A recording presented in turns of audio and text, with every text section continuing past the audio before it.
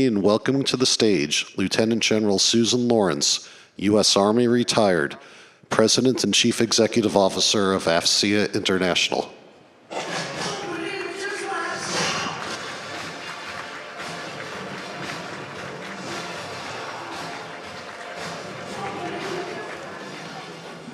Good morning. How is everybody? It's so exciting to see the room packed again because I know there were a lot of side events last night. So good to see you this morning as we go forward. What a fantastic day yesterday was. I hope you were able to get out on the floor and see the many events that went on out there and visit our great industry partners as we go through. But the content was so solid, and I just couldn't be everywhere at once. And so again, download the app so that you can see all the events that are going to be going on today. We are pleased to recognize Mantech as the sponsor for this morning's keynote session. At this time, I would like to invite Julie Vida, Vice President for Growth, Defense Sector, to the stage to make some opening remarks.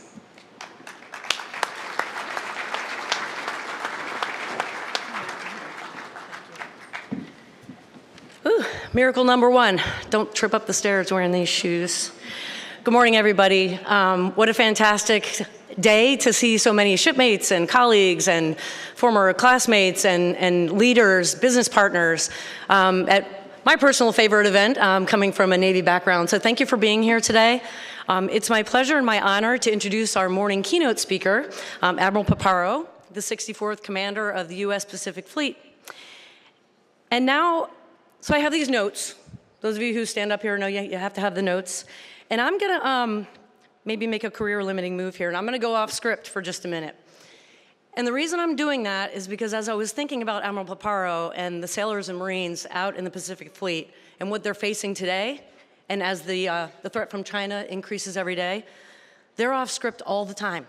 And if they can do it, we can do it. And I'm just gonna speak from the heart and say, thank you, sir, for your leadership in the Pacific Fleet and leading our sailors and Marines into what is often unknown territory. They've got lessons learned from history, of course, particularly in the Pacific Fleet, Admirals King and Halsey and Nimitz and Admiral Paparo. But really, they're innovating every day. They're adjusting to a threat that continues to evolve and that in some ways is way ahead of us. And we know that. And industry is proud to be here as a partner in that war and in that fight. But it's really the leadership of yourself, your staff, your leaders, keeping us safe every day and going to continue to do it. So it's my honor and my pleasure to introduce, or I'm kind of introducing, yes, Admiral Paparo as this morning's keynote speaker, and it's an honor, sir.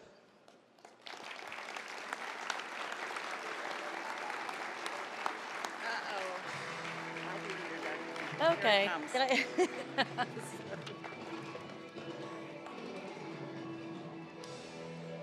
All right. Julie did a great job there and already got the Admiral up here. Thank you, Julie. But, just a couple of notes. So I'm going to make this short.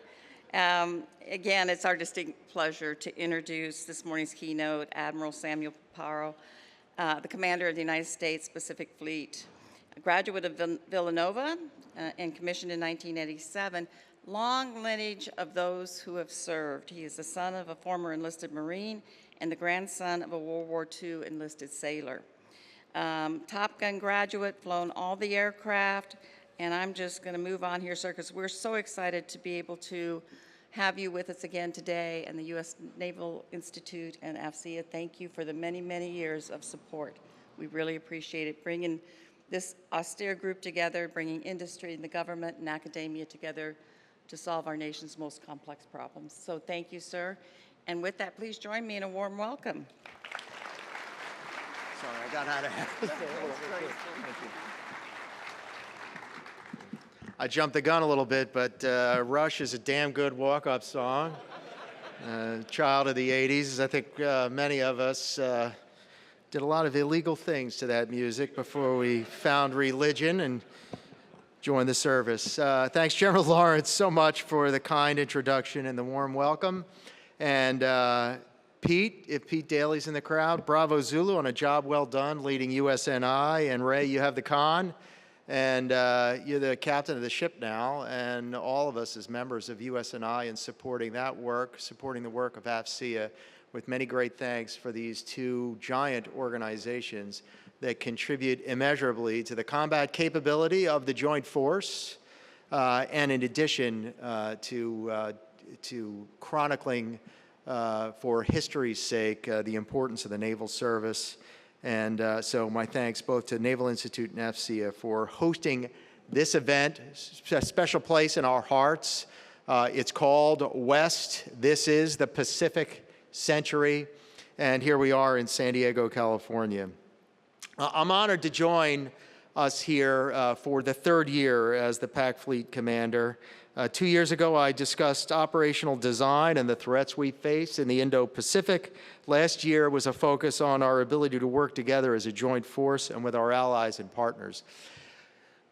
For me, this is a very important convocation of us all, and I think we all get the most out of it when it's a discussion and we can learn what's on each other's minds. And so I'm going to keep the prepared remarks mercifully short and get to the heart of the matter, which I think are the tough questions from the crowd, especially the tough questions from the young innovators that will challenge the leaders with some new ideas and some new principles.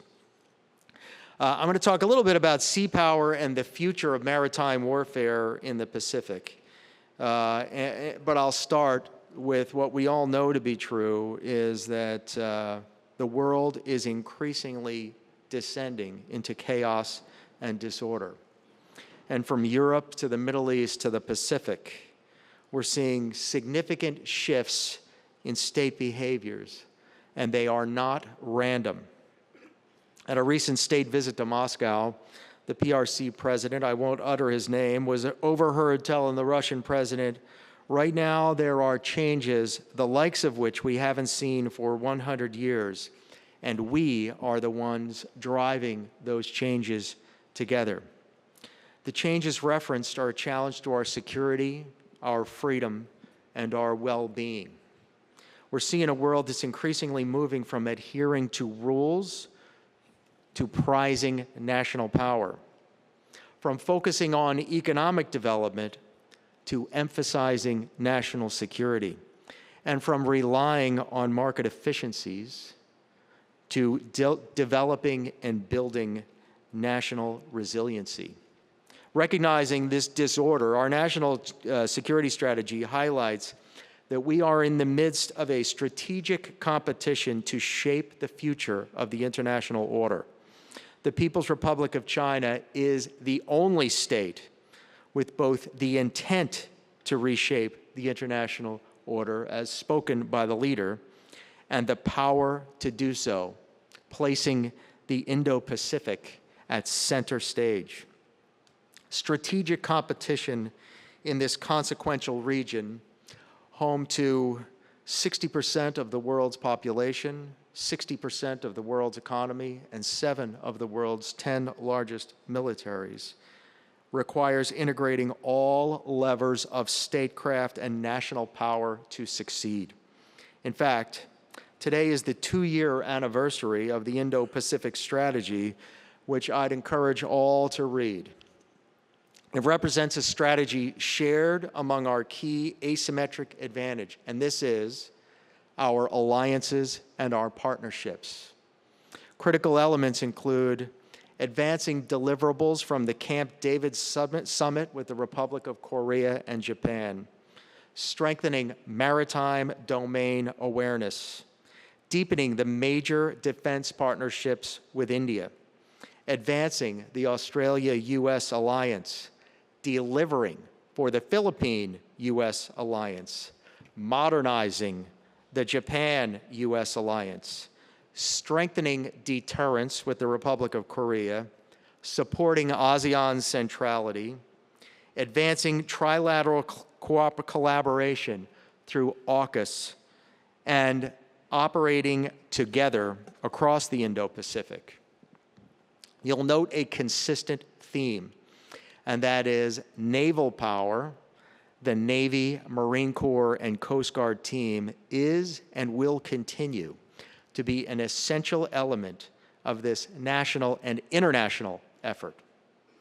No longer in a supporting role to events ashore, but in operational environments where the maritime domain is the locus of conflict.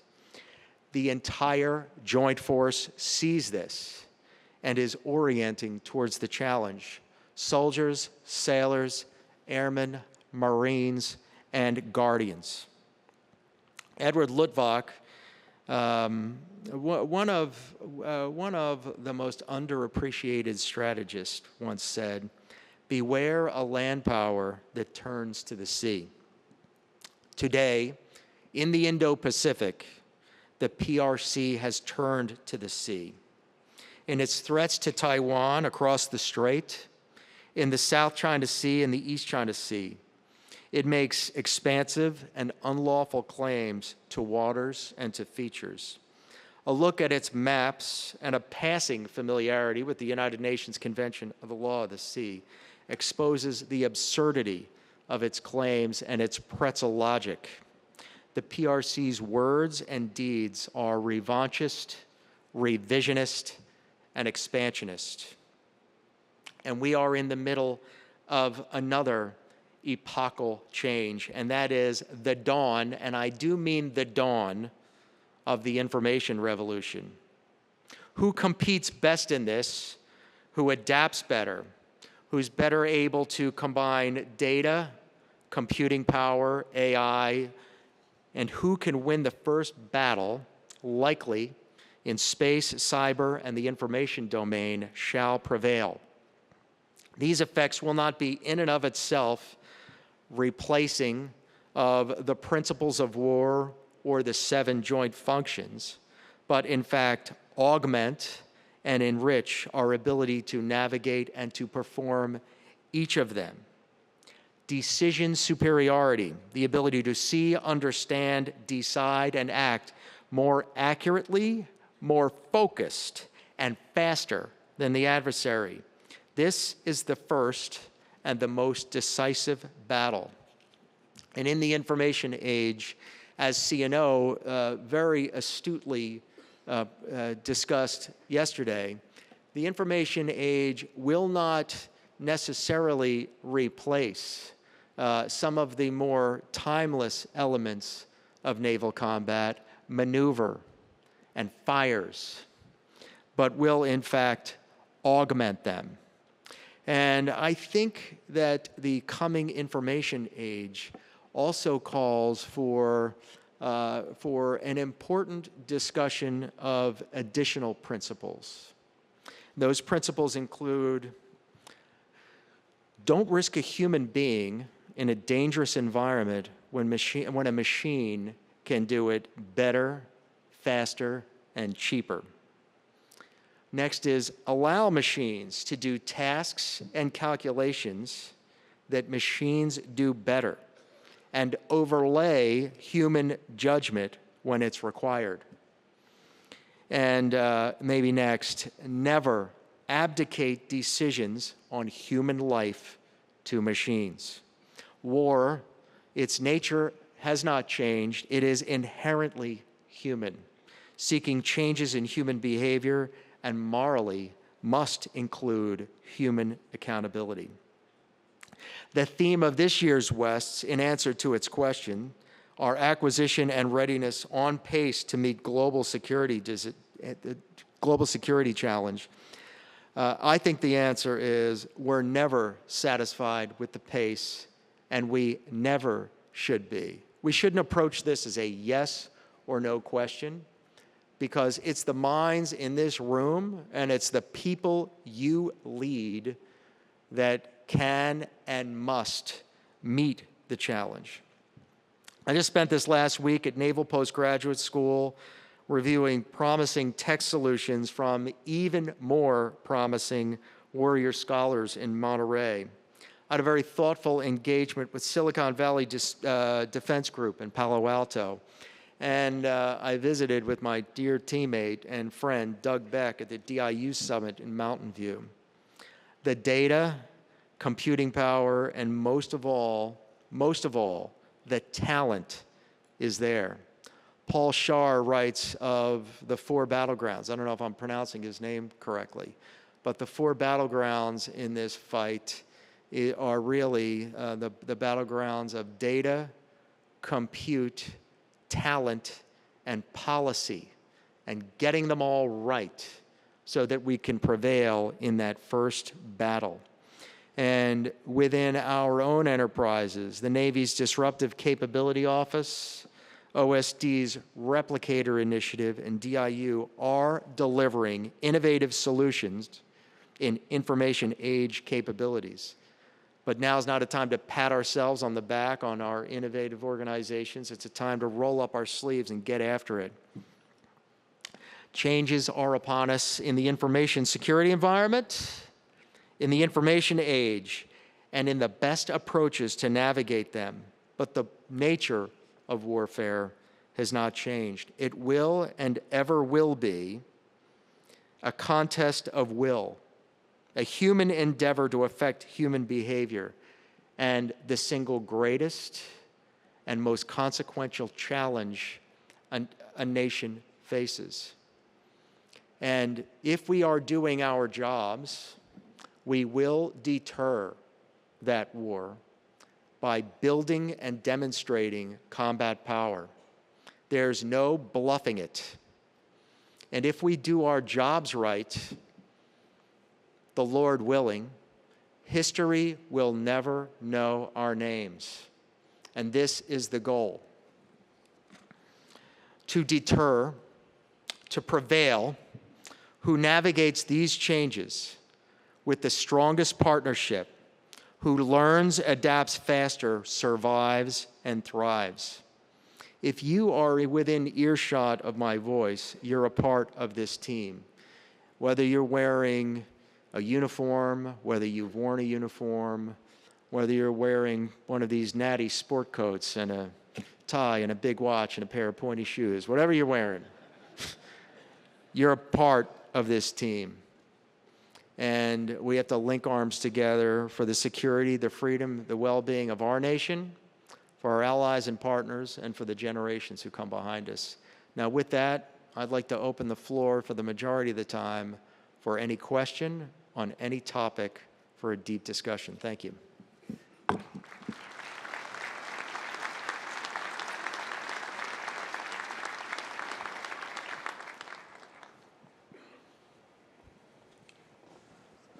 Thanks. Ladies and gentlemen, we have a microphone right in front here. If you would please tell us who you are and who you're with, we would appreciate it. Sir. Yes, Rick Easton, retired Surface Warfare Officer, sir. Good to see you again, Admiral. Thank you, sir. Great remarks. So the maritime industrial base and logistics supply chain, 2 things that we're definitely challenged with today. And I'd like to understand what you're doing and how you're trying to get on the other side of clearly probably an insufficient for a sustained sort of combat operations logistics force. And then just building all the stuff, to say nothing of supporting where we are today, but to get to 355 plus ships. How are we going to do that, sir? Thanks, appreciate that, Rick. First, we're doing it in partnership with MSC, in partnership with MARAD. And I'm not even remotely satisfied is that while my discussion centered around 21st century capability, that 21st century capability will not replace the principle of mass. It will not replace the necessity of sustainment across 8 classes of supply, across the 6 Rs, as we call it, and across medical and personnel needs. And we, my friends, are on narrow margins within the combat logistics force. And, apropos point 2 is that we built a system that's based on market efficiency, and we're moving to a world of national resiliency. We postulated in 1992 that we would operate from the sea and that we would enjoy complete command of the sea, and our defense industrial base followed. And now, as a result, we find ourselves in a 21st century changing security environment with a late 20th century defense industrial base that's oriented on efficiency instead of effectiveness. And we're on the razor's edge. So step one is to advocate for a larger, more modernized, more capable combat logistics force. And that force can be optimized with information age capability, but mass has a logic all its own. You know, an app is not going to feed a troop in the field. So it is absolutely critically important to raise our level within the combat logistics force.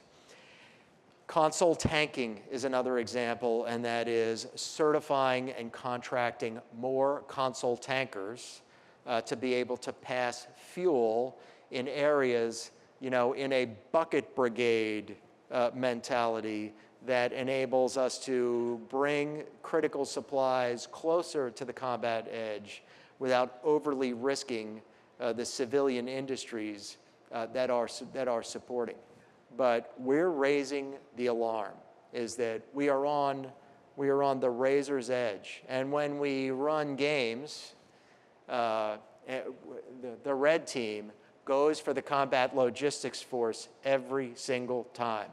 You know, within the principles of warfare, the operational protection group, the principle of protection, becomes one of the absolute most important elements among the 7 warfighting functions and is critical to the sustainment warfighting function.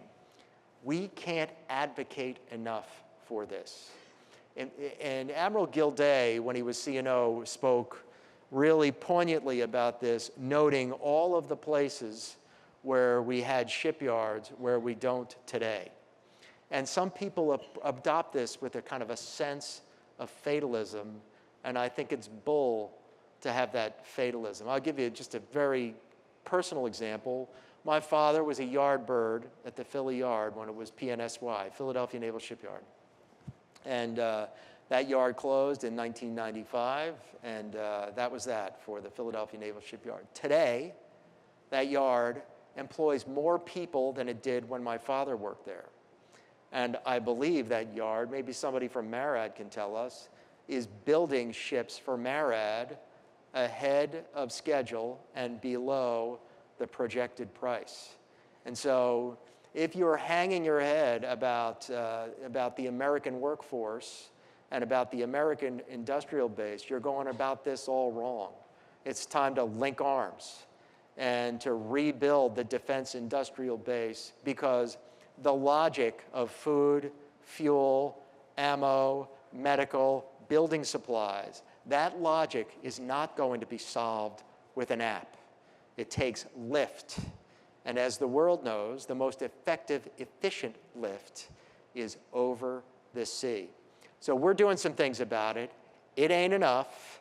We alone can't do it. We need all your help on that. Thank you, Admiral. Rick, Thank you, my sir. thanks. Thank you. Yes, sir. Kai Alberg, U.S. Naval Institute member. Hi. The PRC Navy has been, and the Maritime Militia and Coast Guard have been becoming more aggressive in the South China Sea with operations short of opening fire. If we see more of close encounters, shouldering, or even ramming with U.S. Navy ships, using a $2 billion destroyer to play bumper cars with those vessels might not be the best use of those platforms. How do we deal with those aggressive tactics if they start employing them against our ships in disputed waters? Well, first, I have absolutely no intention of playing bumper cars with a maritime militia or a Coast Guard vessel. The intention is to maneuver deftly to a position of advantage and a position of overmatch in fires. And so, you know, this, it is important to operate our vessels, A, safely, B, within the rules, and C, resolutely. That when we have to choose between being safe, being resolute, and being within the rules, we choose to be safe first, to preserve our combat capability, and to be judicious in what we're doing. And we'll do so in an environment where every captain and every crew fully understands that they have the complete right to defend themselves when they're witnessing a hostile act or a demonstration of hostile intent. And when it comes time to do so, they'll do so wisely in ways that places the advantage to the U.S. or to the allied unit. But you bring up an important point, which is the excessive claims and the gray zone and lawfare operations that are happening within the South China Sea. The PRC executes a rule by law, and that is that at the second or third derivative of international law, they declare a law, and they believe that all the world will accept it as the laws of the universe, and by the logic of the military power that they put into that position. And they're looking to scare and intimidate their neighbors in order to claim these excessive claims by the logic of power. And many of them are treaty allies with the United States of America, and some are also very close partners. And so understanding that the principles of sovereignty, which is really the expression of human rights at the state level, the United States stands ready to support our allies in accordance with the sovereign will. And sometimes that's with intelligence, surveillance, and reconnaissance. And sometimes that offer is there to execute joint patrols. It's really up to the sovereign desire of our ally. The Secretary of Defense has been quite clear that a hostile act against an ally while exercising its sovereign EEZ rights, what represents grounds for a declaration of our Treaty 5, of our Article 5 responsibilities in accordance with the treaty. It is concerning. We expect our destroyer captains, our LCS captains, to operate safely within the rule sets and resolutely. We expect them to operate their vessels judiciously. We expect and demand that they be tactically wise in maintaining a position of advantage and a fires overmatch. And we back them up with the clear intent that they have every right to exercise their self-defense ROE, and anybody that wants to get after them legally has to go through the command first. Thank you for your question. Thank you. Yes, ma'am. Hi, Julia Marlowe with Teal Capital. You mentioned the changing dynamics on the international stage at the beginning of your keynote, and it can't be disputed that we also have some issues on the domestic front as well. We are all aware of our recent recruiting trajectory challenges. What are some real solutions that you're aware of that we can use to address those? And I think most importantly, how do we get our country as a whole to love our military again? Yes. Well, I'll answer the second part first, which is that I think reports of America's respect and and love for the U.S. military, I think those reports are over-exaggerated. I think the vast majority of people in the nation appreciate and respect the service of our young people. And I think one of the challenges is that we're 50 years into the all-volunteer force. And, you know, growing up, my father and all of my uncles had served in the military, and all of my grandparents that were of an age to have served in the military in the Second World War were in the military. So it was a significant part of my upbringing, and you know, my wife's father had served in the military, and in many cases it wasn't a choice. In some cases they volunteered in advance of that, but you know, it was very much a part of the culture. But in 50 years of the all-volunteer force, that early influence at home of what you get out of being in the military, And the reason people join the military is A, their love of country underlies that for each and every soldier, sailor, airman, Marine, Guardian, and Coast Guardsman that joins the service. B, they do it to become better versions of themselves. And then C, to seek adventures that they might not otherwise have gained from wherever they are. And for me, upon joining, I'd never been north of New York City, where I spent exactly 1 day, and I'd never been south of Washington, D.C., where I'd spent exactly 1 day. I'd never been further east than the Jersey Shore, and I'd never been west of Lancaster, PA. My first airplane flight was the DC-9 that took me to Pensacola, and my second airplane flight was in the front seat of a T-34 with an instructor barking at me. That's an example of the adventure, and the experience that's available to people. And we can't take for granted anymore that all the influencers around young people have the same influences that I had, from my Uncle Mike, my Uncle Butch, my Uncle John, and my father. We can't take that for granted, and we have to work harder. And we can't just get to them from gaming apps, but we have to reach every single influencer that's in a young person's lives. Mothers and fathers, grandparents, coaches, teachers, mentors. We have to work harder with the Navy League for Sea Cadets. We have to work harder for NJROTC. Each one of us that comes from geography has got to work harder in outreach within your own communities to talk about your story and to demonstrate who you are as service members, to reach out and to demonstrate what service brings to people. And so we can't say, well, the young people today, well, families today, well, teachers today.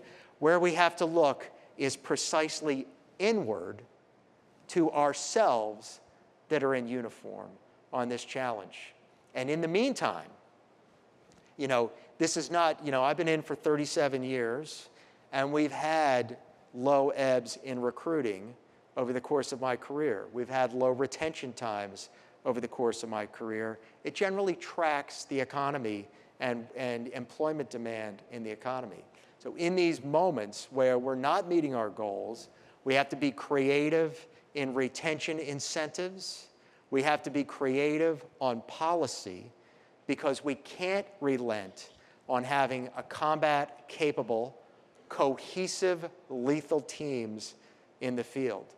And so there's only one approach to this problem, and it's confidence in the young people, it's hard work on the part of ourselves, and it's outreach into communities, and it's an understanding of the environment that we're living in, where 50 years into the all-volunteer force, we should have been able to forecast that we'd have to work harder now that fewer people are in service. And thank you for your question. Hi, Patrick Tucker from Defense One. Thank you for doing this, Admiral. I wonder if you could speak a little bit about unmanned capabilities, and specifically the next year, how you see working unmanned capabilities into exercises and operations. Fourth Fleet has been working in an experimental way a little bit, Task Force 59 and CENTCOM. We've heard very little from INDOPACOM about the future of unmanned in this year for achieving a deterrence effect. And as part of that, can you talk a little bit about whether you're hesitant or worried at all about the capacity of the Chinese military for rockets and drone development, and also shipbuilding, obviously, compared to our own? Yeah. And does accelerating unmanned maybe help cover that gap? Thank you. Thanks. On the first point, there's a good reason why you haven't heard about what we're doing. And it ain't because we ain't doing anything. And I think you're tracking that already. And so you've seen in open source, our integrated battle problem with USVs and MDUSVs logging, about 50,000 miles over 7 months. And some of the experimentation we've done with some of the larger unmanned craft with SM-6 launchers and with decoys and EW packages. And we do have a very rich program of integrating USVs, UUVs, and UAVs. UAVs, unmanned aerial vehicles, unmanned surface vehicles, and unmanned underwater vehicles. And we have concepts for their employment. And the work in Task Force 59 and the work in 4th Fleet aren't competing principles of that, but are all complementary battle labs that contribute to a concept of unmanned and autonomous operations that will, in fact, augment and complement our ability to employ those capabilities when the unforgiving hour comes. And there are battle spaces where it may not be necessary to contest air and maritime superiority one for one and gain it, but simply to deny its use to an enemy that wants to use that battle space for its own purposes. And a principled, highly effective concept of operations of sea denial with unmanned undersea vessels, with smart undersea capabilities, with surface capabilities, and aerial capabilities is the ability to meet some of the principles that you heard within my discussion, which is don't send a human being to do something dangerous that a machine could do better, faster, and more cheaply. Ensure that you have the means of control. Ensure that you're using machine tools in order to see and understand and decide and act within the battle space. Here in the beginning of March, we'll execute Integrated Battle Problem 24.1 that will further demonstrate and test and experiment with the concept. Here in May in U.S. Pacific Fleet, we will be standing up our second USV squadron.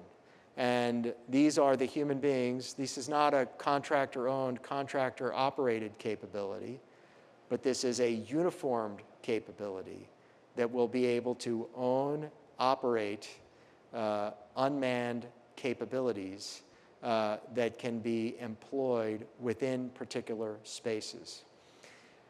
So, you're not, I think it's key, a principal element within warfare is the element of operational security.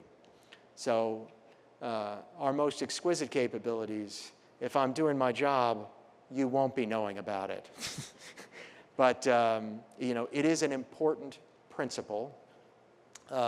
We'll be executing many of those experiments quietly for the simple reason is that we don't want to expose it to an adversary that would place a counter to that capability. And while that may run counter to your mission, as a defense journalist, TS, and I don't mean top secret, you're not going to be hearing from us. And I appreciate that, Tucker. So, Patrick, thanks. Good morning, Admiral. Major Oblak. I'm currently at NPS, Naval Postgraduate School in the MOVES program.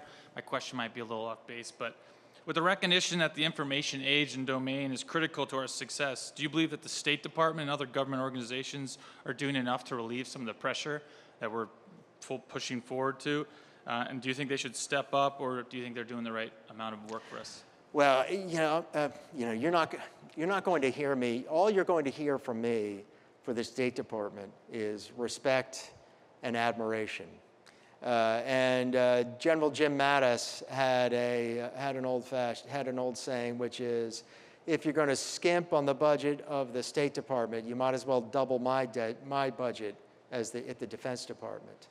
And it's true that there are probably just about only 7,000 Foreign Service officers worldwide. There's a story, it may be apocryphal, that there are more in bands than there are diplomats. I don't think that that's the case, but it's a very, very important enterprise. And I am satisfied with our partnerships, and particularly in the partnerships that we have with our defense attachés and with our Just Mags and our defense cooperation and with Paul Mill at the State Department. Incredibly satisfied with the teamwork and the partnership. And I think on each of the case between the State Department and the Defense Department, we have the kind of partnership where we look inward at ourselves and say, am I doing enough to support the U.S. mission in Tonga, the U.S. mission in the Solomon Islands? Are we doing enough to support the State Department's efforts? And so, I think that the State Department is traditionally under-resourced, and I advocate very strongly for resourcing the State Department with more missions, with more diplomats, and with more resources to help them do what is God's work and the highest calling of our country, which is to preserve the peace by cultivating our network of alliances and partnerships. I am happy with and proud of, but never satisfied with our teamwork in the information space to ensure that our messages are coordinating and are leading to the same vectors in how we partner with our allies and partners, and what our would-be enemies see in the solidarity of these alliances and partnerships. And you'll find no greater advocate for the other government agencies who are linked arm in arm to support the security, freedom, and well-being of our country and our allies and partners. Thank you, Admiral. Thanks, Major. Yes, ma'am. Hi, Megan. Hi, good morning. Megan Eckstein, Nice to Defense see you. News. Good to see you. Also on the topic of allies and partners, you mentioned in your opening remarks that the Indo-PACOM strategy 2 years ago called for modernizing alliances. I wondered what you've done so far and what work still remains, not only from the military perspective, but also whole of government and industry. Well, some key examples on the alliance with Japan include, I'll tell you, I'm hours away from having left Keen Edge, and this was the biggest command post exercise we've ever done with the Japanese Self-Defense Force. It was the first time that the Japanese Self-Defense Force employed Japanese Joint Operations Command, their groundbreaking Joint Operations Command, which seeks to create the same joint effects that we've been after for 80 years. And Australia was a participant in it for the very first time. And from a scenario standpoint, we operated against the most complex scenario that demonstrated Japanese will and innovation that reflects the sea change in the National Defense Strategy released just a year ago. You're aware also of the multiple defense foreign military sales cases as Japan seeks and will integrate quickly a counterstrike capability. And there are people in this room who must work hard so that we realize it. And then our operations together are increasingly partnered. We're spending more and more time in combined formations every single day. So really, across all of the joint functions, we're both stepping up our game. A recent case has Japan, who is now actually producing weapons for the United States on license.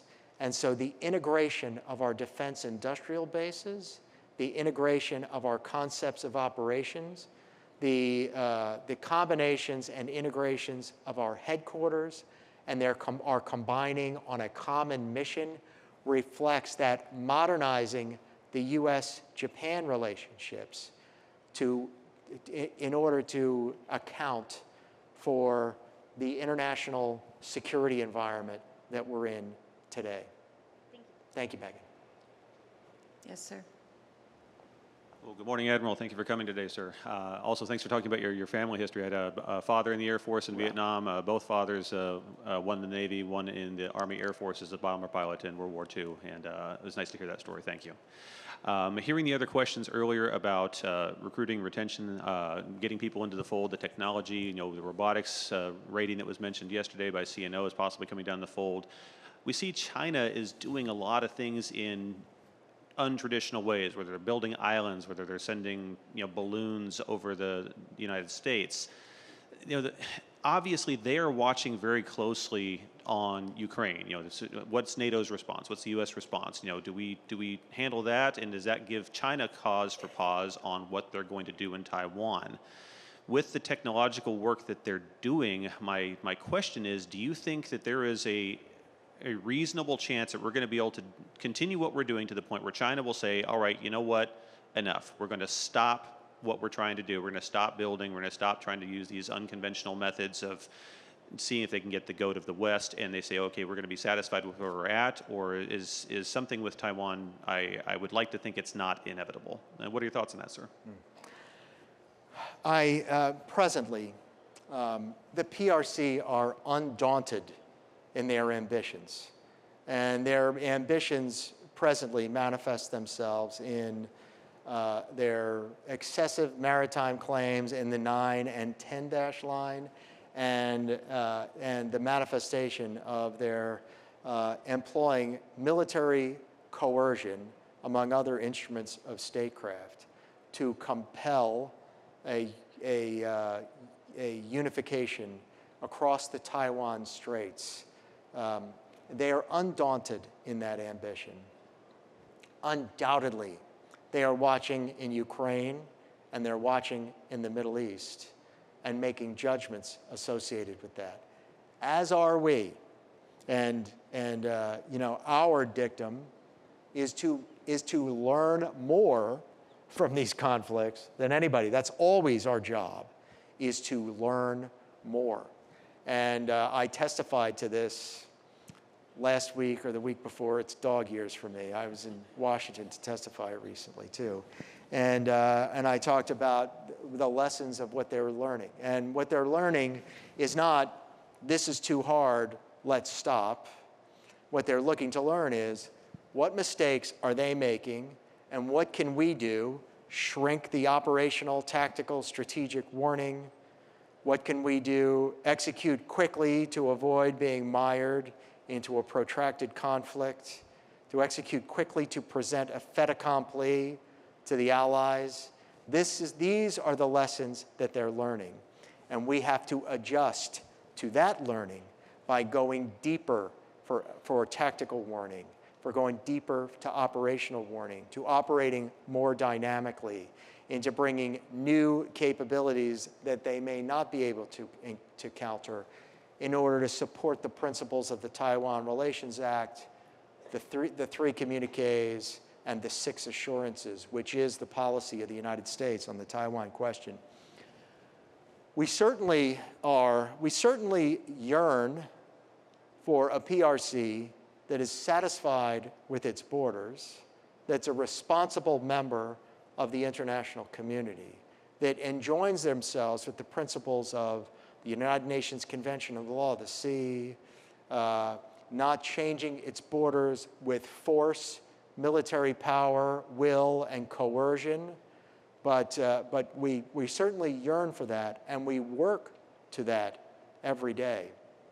I had an occasion to have a discussion with a now late 20th and 21st century US leader who said, I support what you're doing. He said, you've got to be strong at all times, and you must deter conflict until there is a regime in place with whom you can have a more fruitful bilateral relationship. I think that's pretty good, pretty pragmatic advice. I don't think that conflict is inevitable. I believe that we have a say in it. I believe deterrence is our highest duty, and I believe deterrence is achieved by cultivating the capability supporting the will and ensuring that an adversary is cognizant of the capability and will to fight. It can't be a bluff. It's got to be a force that can bring mass fires into a mass problem, but it also has to be a capability that optimizes that force and makes it more survivable and more sustainable with the use of information age capability to optimize that force. You know, you mentioned drones and you mentioned balloons. This is the case, is that in the 21st century, sensors are proliferated from the seabed to the heavens on all sides, and who can master that ability to see, understand, decide, act faster than the other? Who can blind, deceive, and destroy the other's capability to see and sense the battle space? And who can ensure their own ability to do that will execute the 7 joint functions effectively and will prevail in combat. And we are in a constant state of overmatch, seeking overmatch with our would-be adversaries. We are cooperating where we can, we are competing where we must, and we are preparing for a conflict whose prevention is our highest duty. We have time for the, thank you, sir. We have time for the last 2 questions here, so thank you very much. Good morning, sir. Ben Fernandez from Decision Lens and former Sea Cadet. In light of the ongoing CR, as well as the commission to reform the PPBE process, could you shed some insight and potential words of encouragement to industry as well as the military leaders here about these challenging budget constraints? Thank you. It is a challenging environment on the CR, and I think it was Admiral Gilday that said that operating on a CR is like buying your groceries at a 7-Eleven. You know, you're always getting convenience store pricing without the ability to share with industry that ability to plan the long lead items that goes into our weapons, and particularly our high-end weapons. And I think 19 out of the last 20 years, we've operated on a CR, which grossly reduces the buying power of the force. And so I never pass up an opportunity to share that with any of my interlocutors on Capitol Hill about the loss of buying power and why that buying power is lost, because it's not just about the money, it's about the ability to plan, to order, and to set conditions in order to build. And we're behind on our production timelines for all of the key and essential munitions and weapon systems that support our ability to fight and operate. In the year I came into the service, America programmed 5 attack boats and 5 destroyers in that year. That's 37 years ago, and it's about 37 years where a ship meets the end of its expected service life. And I'll ask you, how much are we producing right now, and why is that? And CRs have a huge part in that.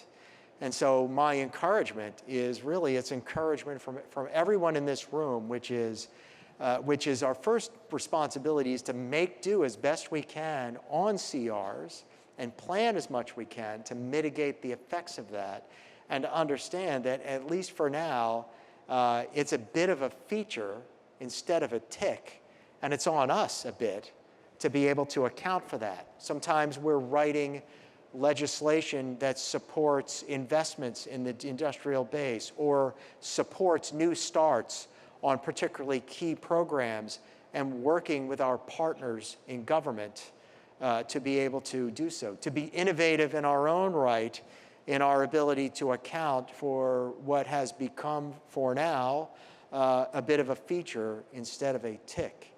And then to be ready for that day, because things are cyclical, and to have faith that we will get to a point where we have a better basis for planning so that we can order and execute those long lead times on horizontally integrated supply chains so we can deliver the combat capability. And in the meantime, while we're at these reduced rates of production, we got to treat the force we have like a lifeboat, which means we got to take good care of it. We have to be modular. Admiral Greenert was here. Admiral Greenert's mantra as CNO was payloads, not platforms. More emphasis on the payloads than the platforms, and maintaining the combat viability of our capability. And so we have to encourage ourselves. We have to be innovative. We have to operate on faith. We got to work harder. We got to work smarter. We have to look inward, and we have to speak plainly to government about the effects of a CR and how to get better and prepare for that day when we're not in that situation. Thanks a lot. Thank you. Thanks. Hi, Sam Legrone from Sam. USNI News. How are you?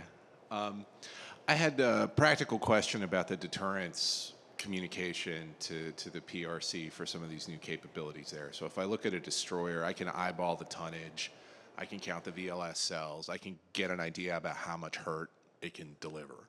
And that's, you know, Navy for time in memoriam. How do you communicate that with these new systems that you are TSing in terms of the capabilities, and just to kind of communicate that, hey, we've got a big stick and we're not afraid to use it, and these are kind of what these capabilities are when they're so new and novel? You know, Sam, it's a, the first is we live in a society that A, is constrained to the truth, and B, has a free press. And, you know, that is the environment to be in. And so deterrence and info ops is a important but imprecise science. And so it is meeting that delicate balance within information operations, which begins with strategic communications, which is how and what we're communicating, to communicate capability and will. You know, it is how we work through that with our partners in the press, and you are a partner, Sam. It's how we execute military information in support of operations, deception operations, and it's and then finally, operational security is another element of that. And so within the principles of war, there's the element of mass and maneuver, and then there's also the element of surprise, and it's a delicate balance. And some capabilities are capabilities that you'll want to have on day one that is completely unmooring to an adversary, and we all know that the U.S. has those capabilities. And the equation that's in our mind is, what is the deterrent effect of an adversary knowing it? What is their probability of quickly effecting a counter to it against what combat capability does it deter? And that's an equation that's in our heads. And we make those decisions about what we reveal in terms of combat capability against things that an enemy can't do anything about, and then other things that we conceal so that it is ready for that day. And we put a lot of thought into it. It's not that we don't want to share it with you. It's not that we don't have tremendous trust in your fidelity and patriotism. It's just that is a delicate balance. And there's nothing new in military science on executing those principles. And undoubtedly, our would-be adversaries have the same philosophy, and each of us are trying to burrow our way in and determine what those are. But I'm not going to make it easy for them by sharing it with you, Sam, as much as I love you. Thank you, sir. Hi, Sam.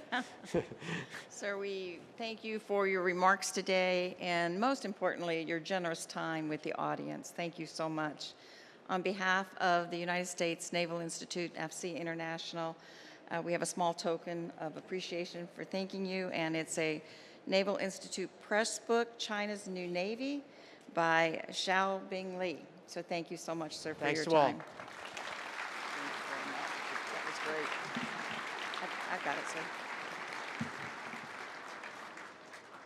Ladies and gentlemen, we now move into a coffee break in the exhibit hall, sponsored by Confluent. During the break, please take the time to visit with the exhibitors, and particularly to stop by the Naval Institute and AFCEA booths. The Naval Institute booth is number 2225. They will be hosting book signings throughout the week. You can find the full schedule of authors on the app. You can also join the Naval Institute or renew your membership during the conference and receive a free book. Again, that's booth 2225. At booth 1825, AFCEA is offering a special one-year discounted membership rate for new members who join on site here at WEST. Stop by today to take advantage of this offer. Existing members should stop by to renew their membership, learn about the many new member benefits AFCEA offers, and to find out more about AFCEA events worldwide. Again, the AFCEA booth is number 1825. Today's first panel is Acquisition Innovating and Adapting to Meet the Different Requirements Presented Near Term and Far Term, will begin at 10:15 a.m. and is sponsored by McKinsey & Company. There are also presentations in all of the various theaters and innovation showcase throughout the day. The app has the latest schedule and the full list of sessions and speakers. As a reminder, today's lunch will be a networking lunch served upstairs in Ballroom 20, rather than a plated lunch in the keynote area like we've done in years past. The next keynote session will be held at 2:45 here in this room.